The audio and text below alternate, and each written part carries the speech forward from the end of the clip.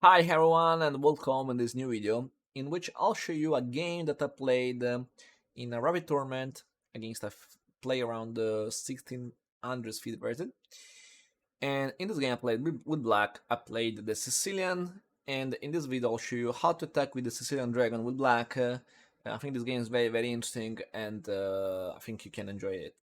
Let's go to see the game. He played d4, I played c5, so I played the Sicilian, and he played knight f3, d6, d4, pawn takes d4, knight takes d4, knight f6, knight c3, g6. So when I play g6, we are inside the dragon variation of the Sicilian. Bishop e3, bishop g7. Very often when we play the dragon, the black idea is to attack on the queen side. That's why we have the bishop in the good fianchetto. Then we can have the rook on c8, so because the c file is open. So usually the black idea is to attack on the queen side, and the black idea, the black idea is to attack on the queen side, and the white idea is to attack on the king side. So here. So okay, the game continues with f3. f3 is logical because it's stopping knight g4, and sometimes preparing maybe the pawn storm against my king side. And now I played castle, we played queen d2, and after queen d2, I played knight c6. Very important to know that very often when white plays queen d2, the idea is to play bishop h6 to attack and remove the bishop on g7. This idea is not it's not possible after knight c6, because after knight c6, if bishop h6, white loses after bishop h6, queen h6, knight takes d4.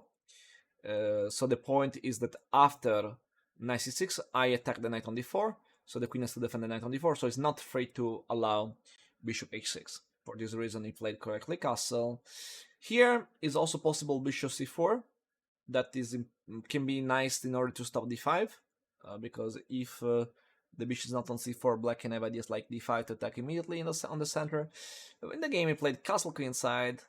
And here, I think it's very important for black to play dynamically, to play aggressive, and to play d5. It's probably, I think, the best way to play for black in this kind of position. The logic of d5 is to sacrifice a pawn to open lines on the queen side.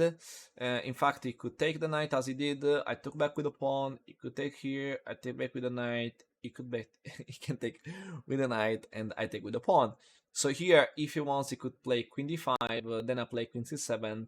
So yeah, I could take the rook, but then I have bishop f5, and I'm pretending mate and the queen at the same time. So white should be forced to take the rook. King takes. And here we have a position in which white has two rooks and the pawn against the queen. So in theory, white should be better about material, but the fact that all the lines are open and the bishops are very strong with the queen makes this position probably slightly better for black. So black is better in this position. There are a lot of ideas to attack here. Um, for this reason, usually white doesn't take the rook. Maybe white plays other move like queen c5, maybe queen b7. And the logic about that is that even if white is up a pawn, black has a strong compensation for the fact that all the lines are open against the enemy king. So in the game, he didn't take the pawn. I think the best way for him is to take the pawn, but he played bishop d4. And I think it's a mistake this move, because this move allowed me to play e5. Bishop c5 was played, and if I play rook e8, bishop g5, sorry, bishop c5 is justified, because after queen d5, white it's good because it's justified the fact that e5 is blocking my bishop. But the problem of the white line is that after bishop c5, I have a very nice move, a very strong move, that is bishop e6.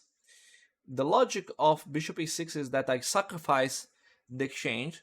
So against, we see the importance of dynamic play, because the bishops in this kind of position are more important probably than my rook on f8, and are really powerful here. So I took the rook, I took with the queen. Now I'm threatening bishop h6. I'm trying to win the queen, so I played king b1, and here I'm done on exchange. So I have this bishop for a rook, But the fact that the lines are open give me a lot of initiative, and black here is almost winning, to be honest. So if black plays well, there is no way for white to defend really, really well. I played rook b8, that is good to involve the rook inside the attack. He played b3 to block the b file, and here queen a3. After queen a3, I was thinking that maybe the best move for him should be queen c1, but then I can play queen c5.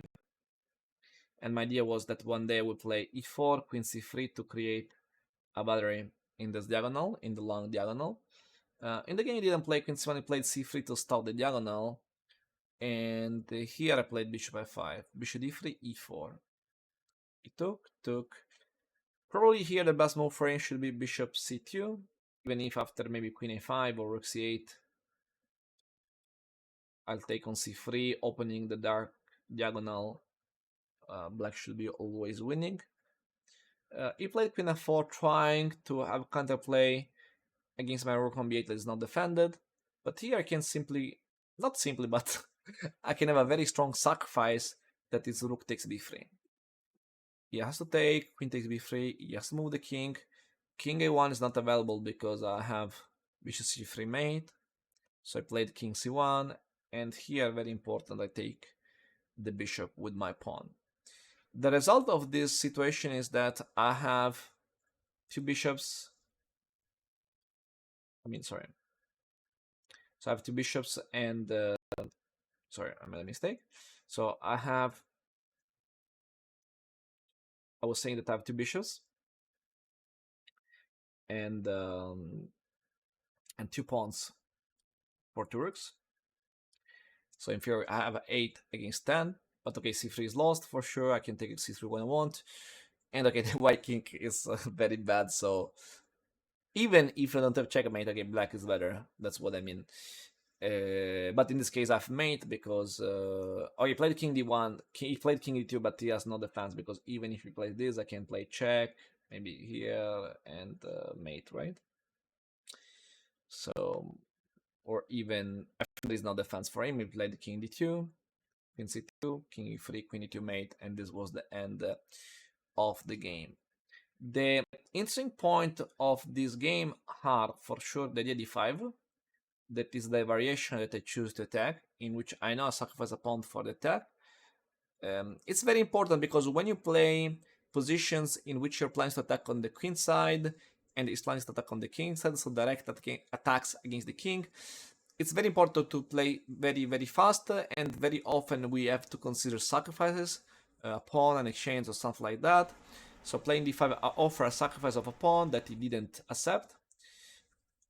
And then after bishop c5, I played bishop e6, very important, in which I sacrifice my exchange. It's very important, this sacrifice, because I know my bishops here are more important than the rook, and removing the enemy dark bishop, now my dark bishop is more powerful. And this is the key element of the game, then playing well is possible to win the game. I hope you enjoyed this video. See you soon for other videos soon. And have a good day. Bye.